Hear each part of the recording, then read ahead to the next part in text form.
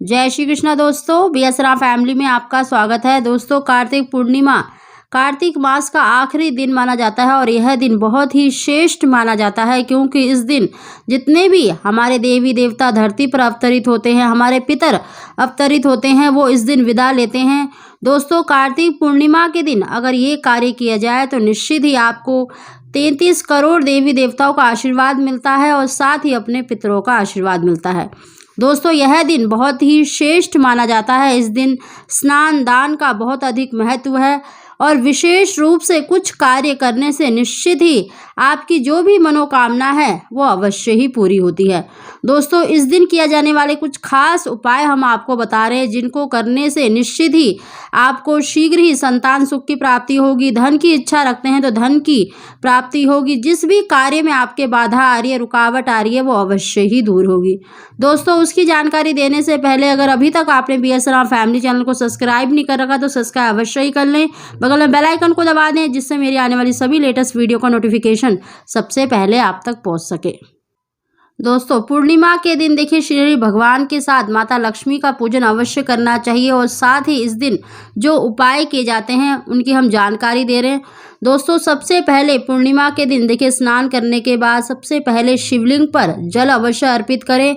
साथ ही जो आपको उपाय करना है, आपको देखिए पीतल या तांबे का लोटा लेना है, उसमें शुद्ध जल भरना है और उसमें थोड़ा सा अगर आपके पास गंगा जल है तो गंगा जल अवश्य डालें, नहीं तो गंगा मैया का ध्यान करें। और आपको 5 बेल पत्र लेने हैं और उसी जल में आपको 5 बेल पत्र डाल देने हैं और साथ ही आपको एक कमल गट्टे का बीज लेना है। जो कमल गट्टे के जो सिंगल बीज आते हैं, ऐसा ही आपको एक बीज लेना है।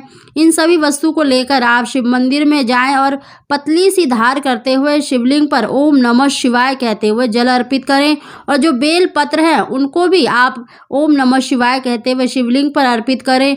कमल गट्टे के बीज को भी आपको शिवलिंग पर अर्पित करना है। साथ ही आप अपनी मनोकामना भी अवश्य बोलें।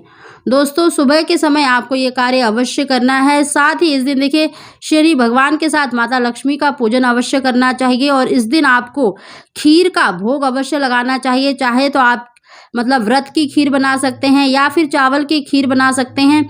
इस दिन आपको खीर में थोड़ा सा केसर अवश्य डालकर और जो भी आपके पास मखाने हैं, ड्राई फ्रूट हैं, वो डालकर खीर बनाएं और श्री भगवान को और माता लक्ष्मी को भोग अवश्य लगाएं।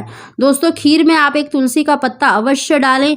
साथ ही आपको देखिए 2 ऐसे केले लेने हैं जिनकी जो डंठल है पीछे से चिपकी हुई होनी चाहिए और आपको श्री भगवान को भोग लगाना है और भोग लगाने के बाद उस खीर को पति पत्नी ग्रहण करें और 2 केले में से एक केले को भी पति पत्नी को ही ग्रहण करना है। अगर पति साथ नहीं रहते तो आप अकेले ग्रहण करें और एक केला आपको गौ माता को खिला देना है।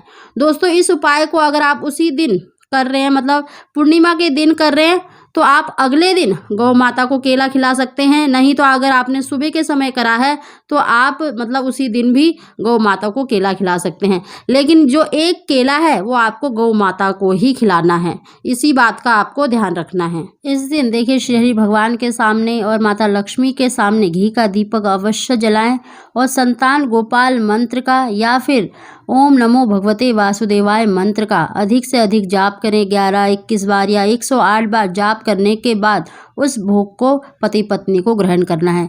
यकीन मानिए आपको निश्चित ही संतान सुख की प्राप्ति होगी। कार्तिक पूर्णिमा के दिन देखिए स्नान दान का सबसे अधिक महत्व माना जाता है। इस दिन देखिए चावल का दान सबसे ही श्रेष्ठ माना जाता है, तो इस दिन आप चावल का दान अवश्य करें और 4 जगह पर दीप दान अवश्य करना चाहिए।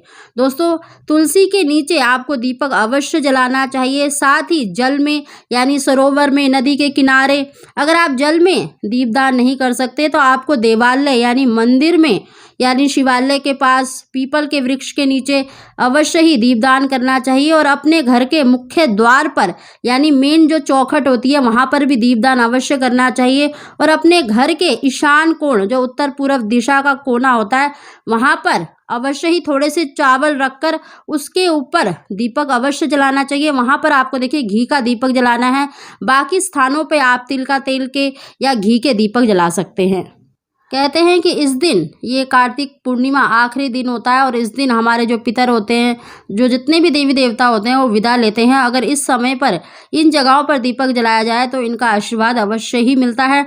दोस्तों, इनके आशीर्वाद से ऐसी कोई भी मनोकामना नहीं है जो पूरी ना हो। तो दोस्तों, इस दिन इन 4 जगहों पर आप अवश्य ही दीपदान करें और अपने घर के ईशान कोण में भी दीपक अवश्य जलाएं, क्योंकि ईशान कोण घर की छोटे बच्चों का माना जाता है, संतान का माना जाता है। दोस्तों, पूर्णिमा के दिन अगर ये सारे कार्य आप अवश्य करेंगे तो यकीन मानिए आपकी जो मनोकामना है वो अवश्य ही पूरी होगी। दोस्तों, सुख सौभाग्य, पुत्र संतान, धन की प्राप्ति तो आपको अवश्य ही होगी। श्री भगवान की और माता लक्ष्मी की कृपा आप पर अवश्य ही होगी। माता लक्ष्मी का आपके घर में सदैव स्थायी वास बना रहता है। दोस्तों, इस दिन ये उपाय अवश्य करें, यकीन मानिए आपकी जो मनोकामना है वो शीघ्र पूरी होगी। दोस्तों, अगर आपको हमारी जानकारी वीडियो पसंद आई हो तो इसको लाइक अवश्य ही करें। आप सभी को जय श्री कृष्णा।